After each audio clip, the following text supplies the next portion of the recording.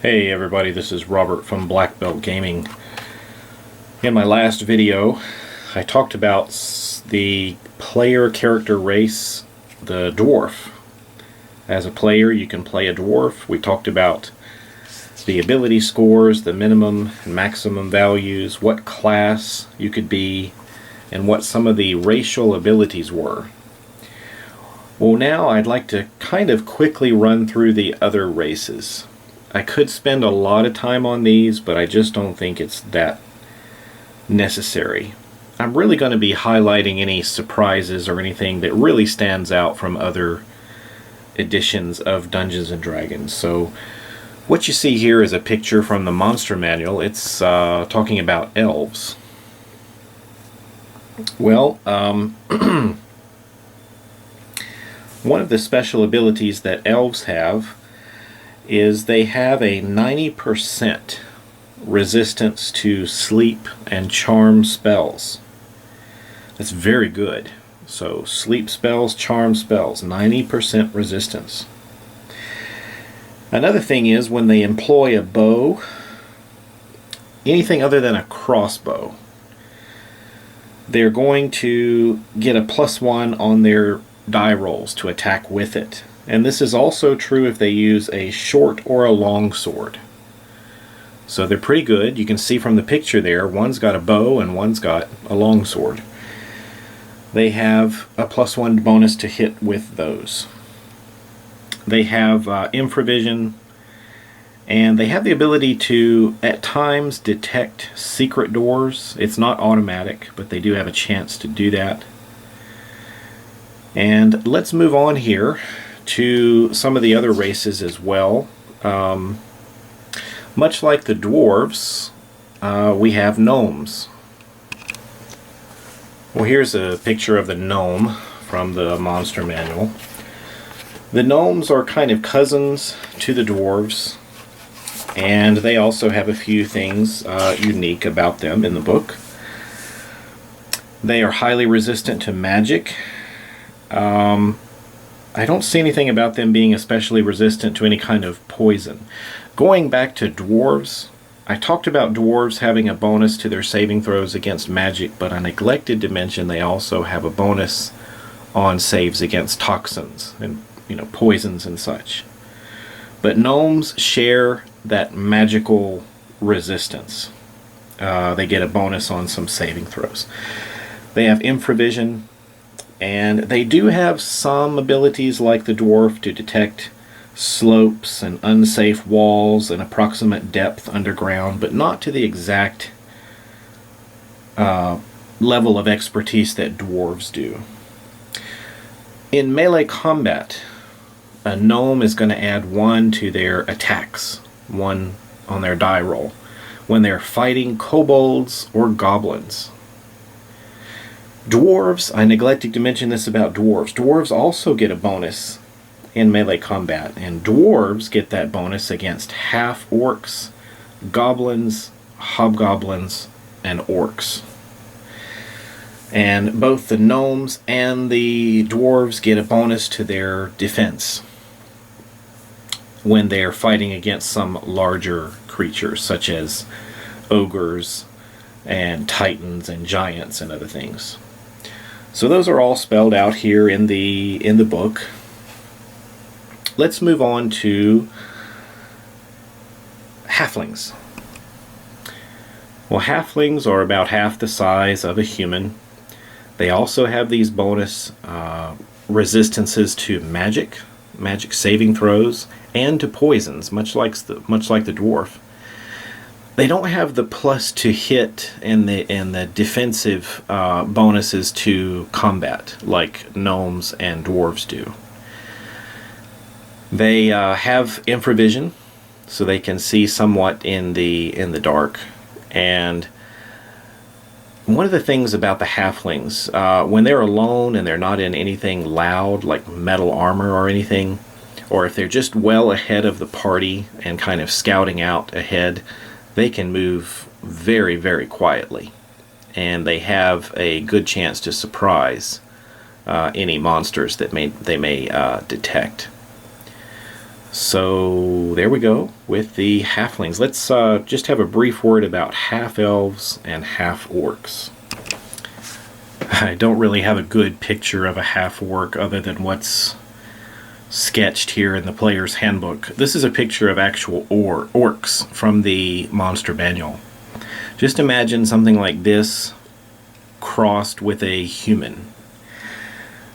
The half-orcs are a crossbreed. I believe they were removed in 2nd edition Dungeons & Dragons because of issues of rape, and I think they just wanted to pull that kind of topic out of the game.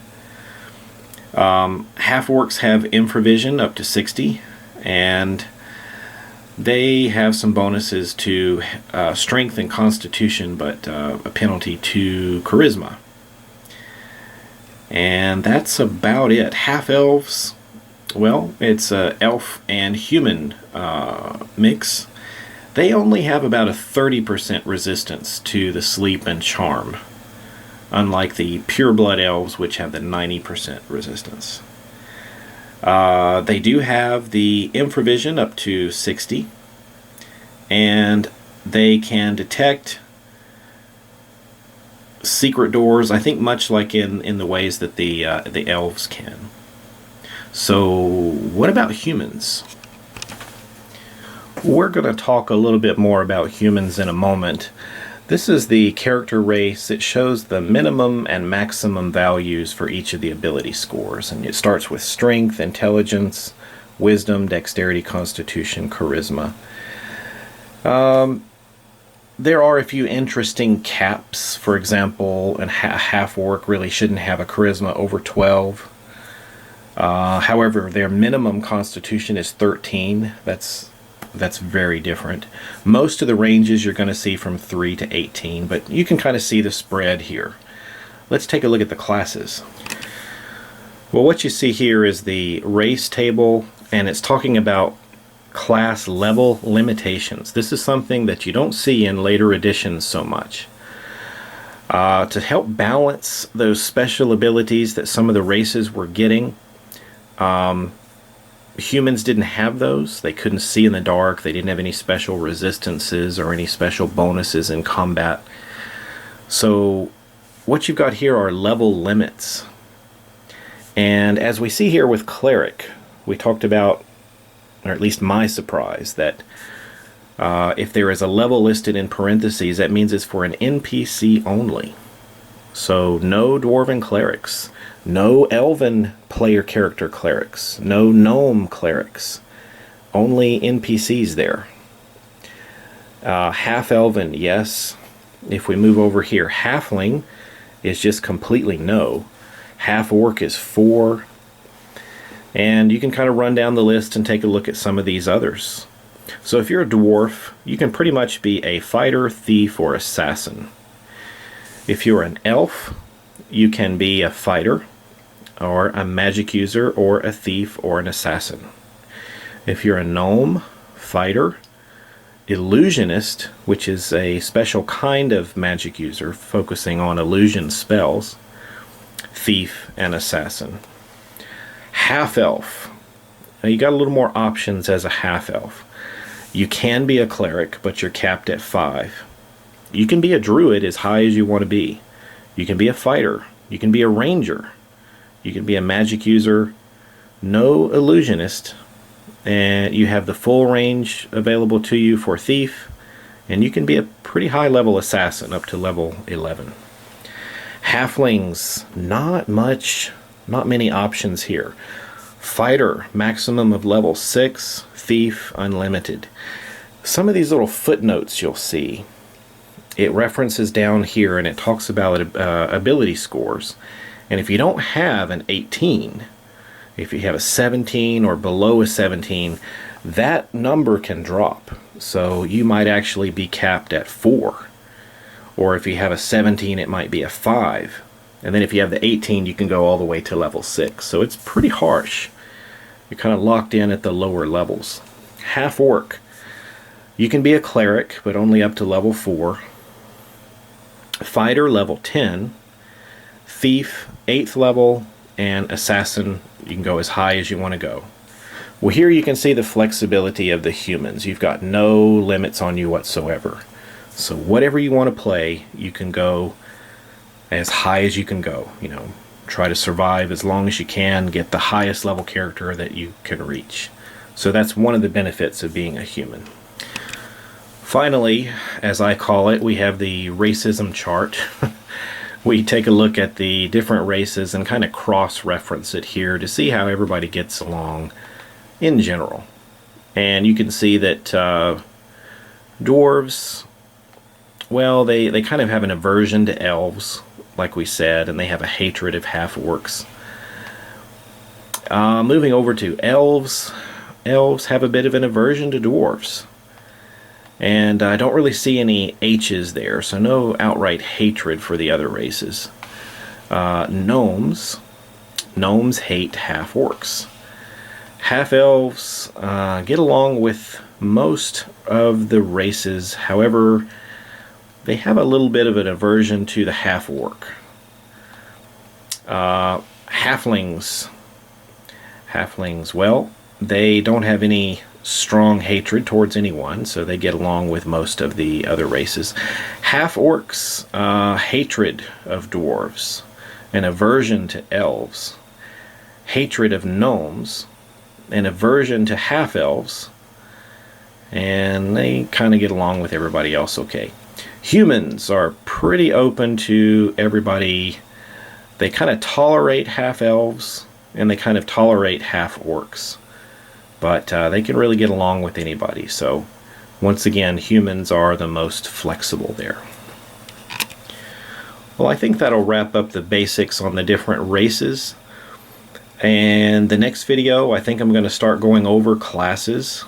And along with the class, I might talk a little bit about the primary ability scores for those different classes, what kind of ability score is used the most, and what kind of weapons and armor and abilities each of the classes have. So I think I'll stop there.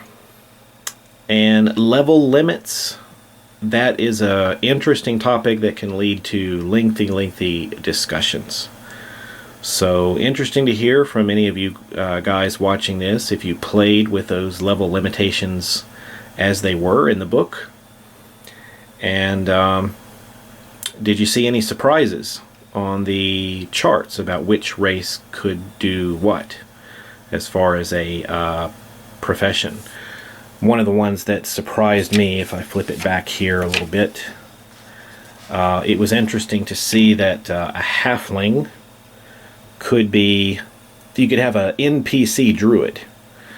I used to think that druids were human only, so that was kind of an interesting thing to notice. But quite a few races, you know, you had your dwarf, elf, and gnome. You couldn't be a cleric in any of those races. That's something that's definitely changed, and even changed during the lifetime of First Edition, when Unearthed Arcana came out. Thanks for watching, everybody. I'll catch you later for some more AD&D.